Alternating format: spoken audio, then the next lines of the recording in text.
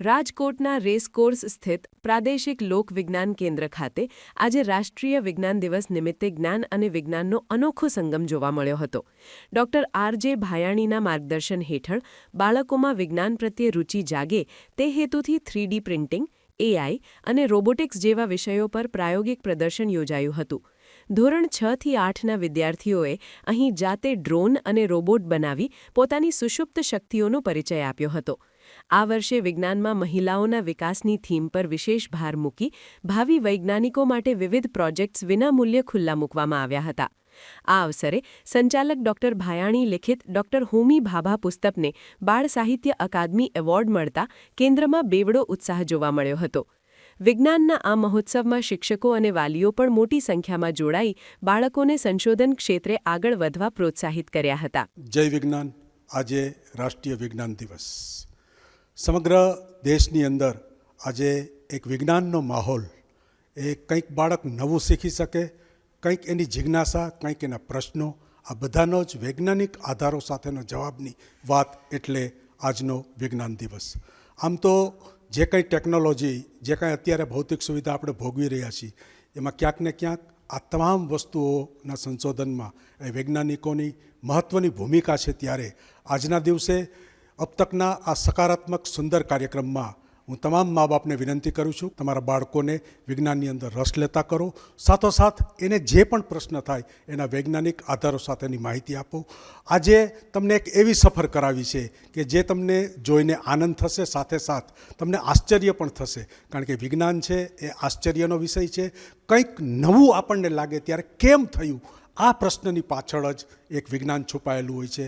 અને એ તમામ પ્રશ્નોના જવાબ સાથે આજે અમે રાજકોટની અંદર રેસકોર્સમાં આવેલું લોક વિજ્ઞાન કેન્દ્રની સફર કરાવવાના છીએ. સમગ્ર દેશની અંદર ભારત સરકારે જેને શ્રેષ્ઠ વિજ્ઞાન કેન્દ્ર, સાયન્સ સેન્ટરનો એવોર્ડ આપ્યો છે, એવું લોક વિજ્ઞાન કેન્દ્ર, જેની અંદર બાળક સવારથી સાંજ આવે, પ્રયોગો કરે, અલગ અલગ પ્રકારની વાતો કરે, સાથોસાથે એના જે પ્રશ્નોના જવાબ છે એ પણ સાયન્ટિફિક મેળવે, એવું પણ આયોજન છે. અને સૌથી સુંદર વાત છે, અહીં ઇન્ફોર્મેશન ટેકનોલોજીની દૃષ્ટિએ એવા સુંદર એ ક્રિએટિવ પ્રોજેક્ટ છે જેની અંદર બાળક રચ્યું બચ્યું રહે. અને એક વસ્તુ છે કે મોબાઈલથી અળગો થવાનું આ એક સુંદર મોકો છે. એટલે મા બાપને ફરીથી અબ તકની સકારાત્મક એક અપીલ, અનુરોધ સાથે વિનંતી કે તમારા બાળકને વિજ્ઞાન પ્રત્યે રસ લેતા કરો. શિક્ષકોને પણ હું ખાસ કહીશ આજના દિવસે કે તમારા વર્ગખંડના તમામ બાળકોને વિજ્ઞાનમાં રસ લેતા કરો. ગણિત, વિજ્ઞાન અને અંગ્રેજી એક પણ વિષય અઘરા નથી. આપણે એને અઘરા માનીએ છીએ, પણ આવી બધી આ તમે દ્રશ્યો જે જોશો ત્યારે તમને ખ્યાલ આવશે કે તમારું નાનકડું બાળક નાનકડી કીટમાંથી એ જાતે ડ્રોન બનાવશે, જાતે રોબોટ પણ બનાવશે. તો વિજ્ઞાન કેન્દ્રની મુલાકાત લો, બાળકોને બતાવો. આવી જ કંઈક વાતો સાથેની અબ તકની વિજ્ઞાન કેન્દ્રની સફર. આ વિજ્ઞાન કેન્દ્રમાં અલગ અલગ પ્રકારના જે વિભાગો આવેલા છે તેની માહિતી પણ દર્શકોને બતાવીશું. ખાસ કરી અને જે સંચાલક છે મિનેશભાઈ મેઘાણી, એની સાથે આપણે વાત કરીશું. મિનેશભાઈ, આ સાયન્સ સેન્ટરની અંદર 365 દિવસ સતત પ્રવૃત્તિ થતી હોય છે, ત્યારે આ સેન્ટરની અંદર કેવા કેવા વિભાગો આવેલા છે જેમાં બાળક જાતે આવી અને ભાગ લઈ શકે, શાળા પણ ભાગ લઈ શકે? તો કેટલા વિભાગો છે કુલ, એની માહિતી ટૂંકમાં આપશો? જી. લોક વિજ્ઞાન કેન્દ્ર ખાતે ભૌતિક વિજ્ઞાન, રસાયણ વિજ્ઞાન, જીવ વિજ્ઞાન, ઇલેક્ટ્રોનિક્સ, મેથેમેટિક્સ અને આઈપી અને ઇનોવેશન લેબ જેવી અદ્યતન લેબોરેટરીઓ છે, જેમાં વિદ્યાર્થીઓ પોતાના વિજ્ઞાનના અભ્યાસક્રમને લગતી તમામ પ્રવૃત્તિઓ, પ્રયોગો જાતે કરી શકે. એ ઉપરાંત વિજ્ઞાનના અવનવા સિદ્ધાંતોને ઉજાગર કરતું આર્યભટ્ટ સાયન્સ મ્યુઝિયમ છે, સમૃદ્ધ પુસ્તકાલય છે અને ખગોળ વિજ્ઞાનના ક્ષેત્રમાં કામ કરવા માટે ઉપલબ્ધ એવા તમામ પ્રકારના આધુનિક ટેલિસ્કોપથી સુસજ્જ આ લોક વિજ્ઞાન કેન્દ્ર બાળકોને પ્રવૃત્તિમય વિજ્ઞાન શિક્ષણના પ્રકલ્પમાં ખૂબ જ સરસ રીતે કામ કરી શકે એવી સુવિધા ઉપલબ્ધ કરાવે છે. મિનેશભાઈ, ખૂબ જ સારી વાત કરી. ક્યાંક ને ક્યાંક આપણી ભારતની, આપણી પોતાની બૌદ્ધિક સંપદા અહીં જ રહે, દેશમાં, વિદેશ ન જાય, એવી કંઈક વાત સાથે પણ આજનો વિજ્ઞાન દિવસ ઉજવાઈ રહ્યો છે. ખાસ કરીને મહિલાઓ માટેની જે થીમ છે આ વર્ષની, કે મહિલાઓને પ્રોત્સાહન આપો. કલ્પના ચાવડા છે, સુનિતા વિલિયમ્સ છે, આવા બધા જ જે આપણા સાયન્ટિસ્ટો છે, આપણા વૈજ્ઞાનિકો છે, એ ધરોહરને આગળ ધપાવવા માટે અને ભારતને એક ટોચ લેવલે વિશ્વમાં પહોંચાડવા માટે પણ આજનો આ દિવસ ઉજવાઈ રહ્યો છે. ત્યારે ખાસ કરી અને જે એક વિભાગ છે જેની અંદર બાળક જાતે ડ્રોન બનાવી શકે છે, અલગ અલગ પ્રકારની જે કીટ આવે છે, એમાં કેવા પ્રકારનું આયોજન હોય છે, બાળક જાતે શું કરી શકે? લેટેસ્ટ ટેકનોલોજી બેઝડ કિટ્સ, દાખલા તરીકે એઆઈ બેઝ છે, રોબોટિક્સ છે, એટલે drone technology, 3D printing technology, એ બાળકો જાતે કરી શકે એવી હેન્ડ્સ ઓન કિટ આવેલી છે. એના કોમ્પોનન્ટ્સ આવેલા છે, એટલે બાળક પોતે એ બધું જાતે બનાવી શકે, શીખી શકે. એના માટે આઈપી અને ઇનોવેશન અને એની ભૌતિક સંપદા, ઇન્ટેલેક્ચ્યુઅલ પ્રોપર્ટીને કેમ આપણે સંરક્ષિત કરી શકીએ અને એને કેમ આગળ વધારી શકીએ, અને ઇનોવેશન એટલે કે આ બધી કિટ અને કોમ્પોનન્ટને બધી વસ્તુઓ ઉપયોગ કરીને પોતે જાતે બનાવી શકે નવી વસ્તુઓ, અને એમાં એ પેટન્ટ લઈ શકે, કોપીરાઇટ લઈ શકે, ઇન્ડસ્ટ્રીયલ ડિઝાઇન આવે, ઘણી બધી વસ્તુઓ થઈ શકે. તો એના માટે આ ખાસ ગુજકોસ દ્વારા સ્થપાયેલી આઈપી ઇનોવેશન લેબ્સ આપણા અહીંયા લોકવિજ્ઞાન કેન્દ્ર ખાતે સ્થપાયેલી છે. अब तकना आ सकारात्मक कार्यक्रमની અંદર આપણે વિજ્ઞાન સેન્ટરની અલગ અલગ જે વાતો જાણી અને અલગ અલગ જે દ્રશ્યો તમે નિહાળી રહ્યા છો, એમાં એક વ્યક્તિનો ખૂબ જ અગત્યનો ફાળો છે અને એ છે ભાયણી સાહેબનો. ડૉક્ટર આરજે ભાયણી ઘણા વર્ષોથી વિજ્ઞાન માટે જીવતો માણસ જો કોઈ હોય સમગ્ર ગુજરાતમાં તો એ ભાયણી સાહેબ છે. એ સમગ્ર સેન્ટરનું સંચાલન કરે છે, સાથોસાથ એ બાળકોની અંદર શાળા કોલેજમાં જઈ અને વિજ્ઞાનમાં રસ લેતા કરે છે. એવી સુંદર વાત છે. ત્યારે આપણે સેન્ટરના વડા ભાયણી સાહેબ સાથે સીધી વાત કરીશું. ભાયણી સાહેબ, આજનો દિવસ શું છે એની ટૂંકમાં માહિતી આપશો? આજનો દિવસ બહુ અગત્યનો છે. જેમ આપણા બીજા તહેવારો છે એવી જ રીતે આ વિજ્ઞાનનો એક મહાન તહેવાર ગણાય.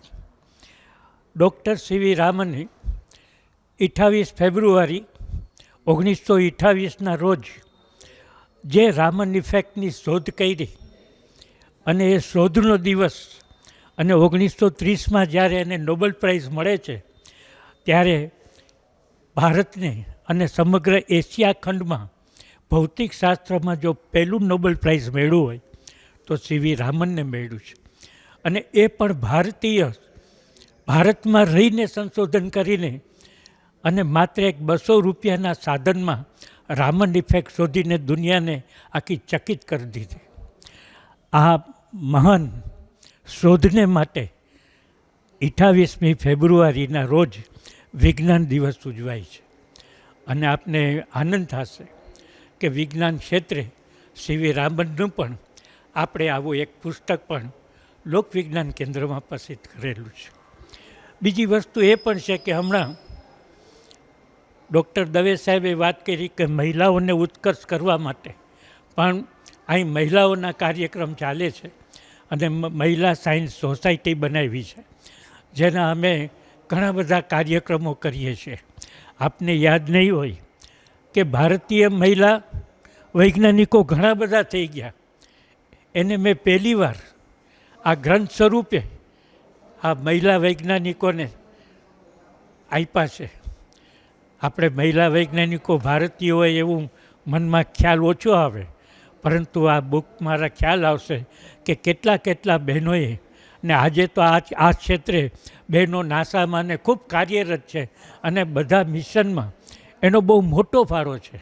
એટલે વિજ્ઞાન દિવસનો માત્ર હેતુ એ છે વિજ્ઞાન પ્રચાર થાય, વિજ્ઞાનનો વિકાસ થાય.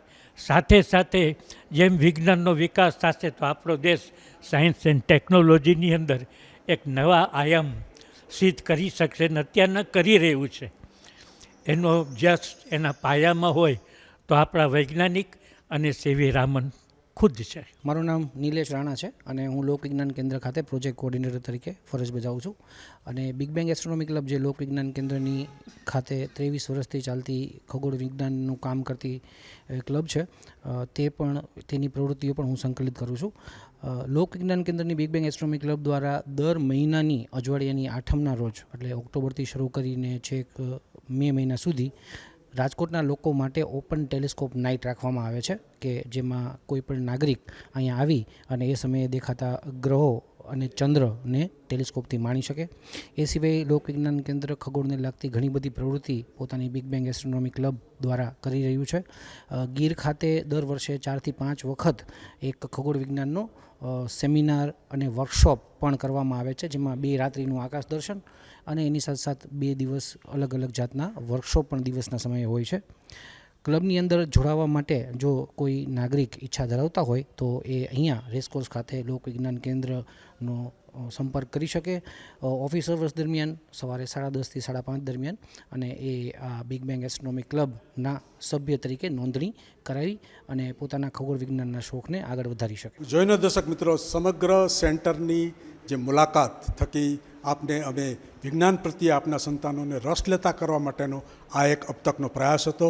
તમારું બાળક એ ડ્રોન બનાવી શકે એવી પણ અહીં ફેસિલિટી છે.